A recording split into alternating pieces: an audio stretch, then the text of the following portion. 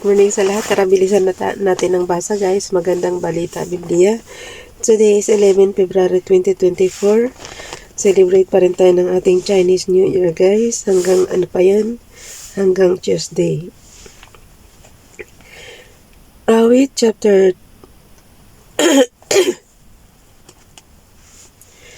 Good morning sa lahat. Tara, magbasa na tayo ng ating Good morning sa lahat. Tara, magbasa na tayo ng ating libro, guys. Magandang balita, Biblia. Today is 11 February 2024. Nandito na tayo sa aklat ng Awit, chapter 10. Today, guys, is pa rin, Chinese New Year pa rin hanggang Martes. 4 days natin sineselebrate. Panalangin upang magtamo ng katarungan. Awit chapter 10 verse 1. O Yahweh, bakit masyado kang malayo sa panahon ng gulo? Bakit ka nagtatago? Verse 2. Inaapi ang mga dukha ng palalo't walang awa. Naway sila ang mahuli sa patibong nilang gawa. Verse 2. Ipinagyayabang ng masasama ang kanilang mga hangarin. Si Yahweh ay nilalait at sinusumpa ng mga sakim. Verse 4, ang sabi ng masasamang tao, Diyos ay walang pakialam, sabi nila ay walang Diyos dahil sa kanilang kahambugan. Verse 5, ang masasamay pa'y laging nagtatagumpay, ang hatol ng Diyos ay di nila nauunawaan, palagi nilang tinutuya ang kanilang mga kaaway. Verse 6, sinasabi nila sa sarili, hindi kami mabibigo, kaguluhan sa buhay, hindi namin matatamo. Verse 7, namamutawi sa bibig nila'y sumpa, banta at pandaraya, nila ay laging handa sa marumi at masamang pananalita. Verse 8, sa mga nayon sila'y nag-aabang upang paslangin ang walang kamalay-malay. Verse 9, para silang leon na sa taguan, mga kawawang dukhay inaabangan, hinuhuli ang mga ito sa kanilang bitag at pagkatapos ay kinakaladkad. Verse 10, dahan-dahan silang gumagapang upang biktimahin ang mga mahihina. Verse 11, ganito ang sabi ng masasama, ang Diyos ay walang pakialam, mata niya nakapikit at di niya ako mapagmamasdan. Verse 12, gumising ka, O Yahweh, at ang masasamay parusahan, silang mga naghihirap ay huwag mong kalimutan. Verse 13, bakit hinahayaan ng Diyos na hamakin siya ng masasama na nagsasabing ang parusahan sila'y di raw niya magagawa? Verse 14, sabalit nakikita mo ang hirap at kaapihan at ikaw ay palaging handang dumamay. Ang mga kapuspalad ay sa iyo lang umaasa sa tuwin ay sumasaklolo ka sa mga ulila. Verse 15, mga braso ng masasamay iyong baliin, parusahan mo. Sila't kasama ay sumpuin. Verse 16, naghahari si Yahweh magpakailanman, mga bansang may ibang Diyos sa lupa'y mapaparam. Verse 17, papakinggan mo Yahweh ang dalangin ng mga hamak, patatagin mo ang loob ng mga kapuspalad. Verse 18, ipagtatanggol mo ang mga api at mga ulila upang wala ng taong mananakot ng kapwa. Kaya lagi nilang sinasabi yung mga mahihirap ang laging dinidinig ng Diyos. Pero guys, may mga mayayaman din namang mababait. Hindi naman lahat ng mayaman is ganun kasama. Kailang talaga ini-specify lang kasi dito yung dapat sa luluhan ni Father God is yung mga mahihirap at kapuspalad. Kasi nga, di ba kapag nakaranas ka ng sakit, doon lang nakakalala kay Father God. Yung iba. Kaya ayan, tuloy na i-specify dito na puro lang sa mahihirap. Pero hindi, ang Diyos ay para sa lahat. Mahirap ka man o mayaman ka. Basta tumawag ka lang sa Kanya. Papakinggan ka niya. Okay, dito na tayo sa Awit chapter 11. Pagtitiwala kay Yahweh. Kata ni David upang awitin ng punong mga awit. Verse 11. Kay Yahweh ko verse 11. Chapter 11. Chapter 11 verse 1, Kayawi ko isinalig ang aking kaligtasan, kaya't ang ganito ay huwag sabihin inuman. Lumipad kang tulad ng ibon patungo sa kabundukan. Verse 2, sapagkat ang pana ng masasama ay laging nakaumang upang tudlain ang taong matuwid mula sa kadiliman. Verse 3, ang mabuting tao ay mayroon bang magagawa kapag ang mga pundasyon ng buhay ay nasira?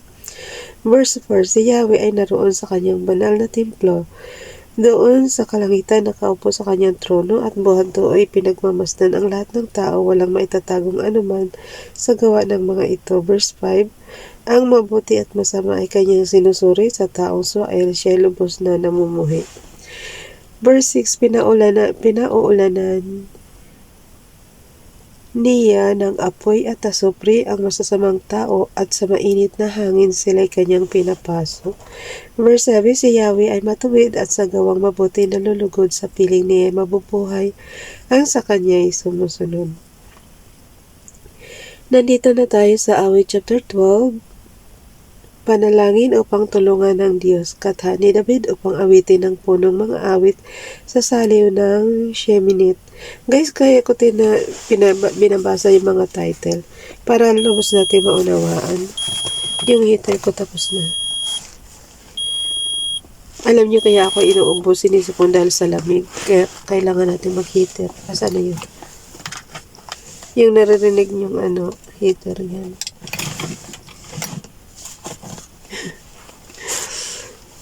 Hindi ko makita yung yung pakalayo pala. Sorry sa ingay.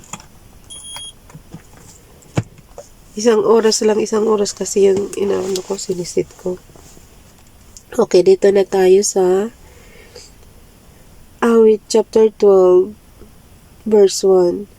O Yahweh, kami sana iligtas mo pagkat wala na ngayong mabuting tao, wala ng taong tapat at totoo. Verse 2, nagsisinungaling silang lahat sa isa't isa. Nagkukunwari at nagdadayaan sila. Verse 3, patigilin mo Yahweh ang madaldal na dila at sarahan ang bibig ng hambog magsalita. Hambog guys is mayabang, di ba? Ano to, may halong Bisaya. Sa salita namin yan sa Bisaya, hambog is mayabang yan sa Tagalog. Okay, ulitin natin. Verse 3, patigilin mo Yahweh ang madaldal na dila at sarahan ang bibig ng hambog magsalita. Verse 4, silang laging nagsasabi, kami magsasalita ng nais namin at sa gusto namin walang makakapigil. Verse 5, darating na ako, sabi ni Yahweh upang sakluluhan ang mga inaapi. Sa pinag-uusig na walang magkupkup, hangad nilang tulong ay ipagkakaloob. Verse 6, ang mga pangako ni Yahweh ay maasahan, ang katulad nila ay pilak na lantay. Tinunaw sa hornong hinukay, 7 beses na pinadalisay. Verse 7, kami Yahweh ay lagi mong ingatan, sa ganitong mga tao ay huwag pabayaan. Verse 8, ang masasamang tao ay nasa lahat ng lugar, ang mga gawang liko ay ikinararangal. Andito na tayo sa aklat na awit chapter 13, panalangin upang tulungan ng Diyos. Katha ni David upang awitin ng punong mga awit. Awit chapter 13 verse 1, hanggang kailan Yahweh ako'y iyong lilimutin? Gaano katagal kang magtatago sa akin? Verse 2, gaano katagal pa itong hapdi ng damdamin at ang lungkot sa puso kong gabit araw titiisin? Kaaway ko'y hanggang kailan magwawagi sa akin? Verse 3, okay, nandito na tayo sa awit chapter 13 verse 3, Yahweh aking Diyos, tingnan mo ako at sagutin. Huwag hayaang mamatay, lakas ko'y panumbalikin. Verse 4, baka sabihin ng kaaway ko na ako'y kanilang natalo at sila'y magyabang dahil sa pagbagsak ko. Verse 5, nananalig ako sa pag-ibig mong wagas, magagalak ako dahil ako'y ililigtas. Verse 6, o Yahweh, ika'y aking aawitan dahil sa iyong masaganang kabutihan. Yung yung verse 4, hindi naman dapat natin kailangan na may kaaway. Dapat lahat friend. Pagka may kaaway ka, di ignore mo na lang. Huwag na yung makipag-ano ka pa talaga. Diba? Bye everyone. God bless.